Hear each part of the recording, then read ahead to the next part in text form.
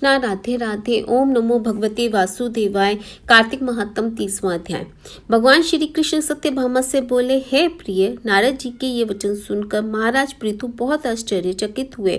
अंत में उन्होंने नारद जी का पूजन करके उनको विदा किया।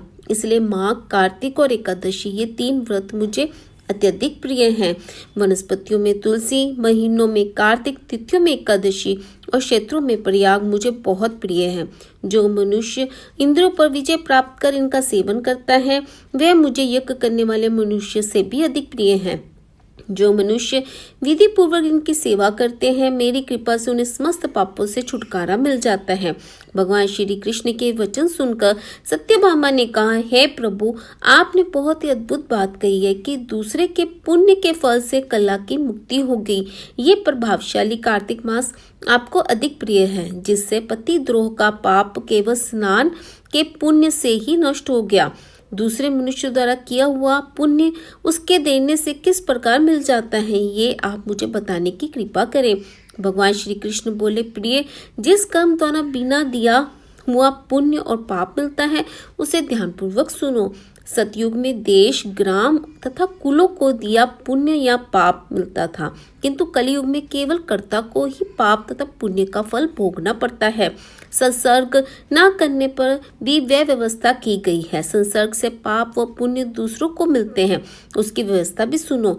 पढ़ना, यज्ञ करना और एक साथ भोजन करने से पाप पुण्य का आधा फल मिलता है। एक आसन पर बैठना तथा सवारी पर चढ़ने से, श्वास के आने जाने से पुण्य व पाप का चौथा भाग जीव मात्र को मिलता है। छूने से, भोजन करने से और दूसरे की स्तुति करने से पुण्य और पाप का 6वां भाग मिलता है। दूसरे की निंदा, चुगली और धिक्कार करने से उसको 7वां भाग मिलता है। पुण्य करने वाले मनुष्यों की जो कोई सेवा करता है, वह सेवा का भाग लेता है और अपना पुण्य उसे देता है। नौकर और शिष्य के अतिरिक्त जो मनुष्य दूसरे से सेवा करवाकर उसे पैसे नहीं देता, वह सेवक उसके पुण्य का भागी होता है। जो व्यक्ति पंक्ति में बैठकर भोजन करने वालों को पत्तल लांघता है, वह उसकी जिसकी पत्तल लांघी है उसके पुण्य का 6वां भाग देता है।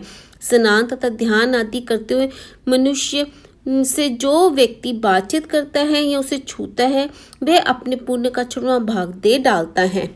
मनुष्य धन के कार्य के लिए दूसरों से धन मांगता है, वह पुण्य का भागी होता है। ठीक उसी प्रकार जिस प्रकार दान करने वाला पुण्य का भागी होता है।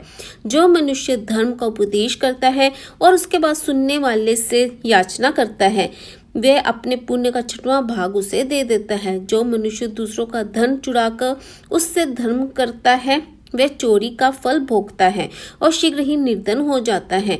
और जिसका धन चुराता है, वह पुण्य का भागी होता है।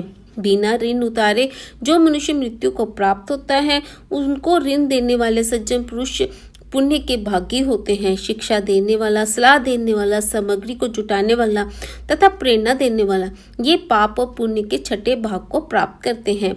राजा प्रजा के पाप पुण्य का 6ठांश का भोगी होता है। गुरु शिष्यों का, पति पत्नी का, पिता पुत्र का, स्त्री पति के लिए पुण्य का 6ठा भाग पाती है।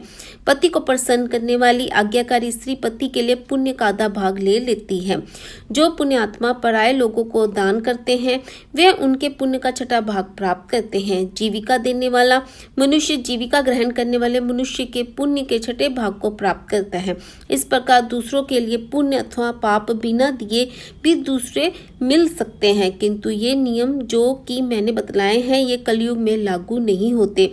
कलयुग में तो एकमात्र कर्ता को ही अपने पाप व पुण्य भोगने पड़ते हैं। इस संबंध में एक बड़ा पुराना इतिहास है, जो कि पवित्र भी है और बुद्धि प्रदान करने वाला कहा गया जाता है। इसे ध्यानपूर्वक सुनो। ओम नमो भगवते वासुदेवाय। हरे कृष्णा, राधे राधे। कार्तिक महात्म 30वां अध्याय समाप्त।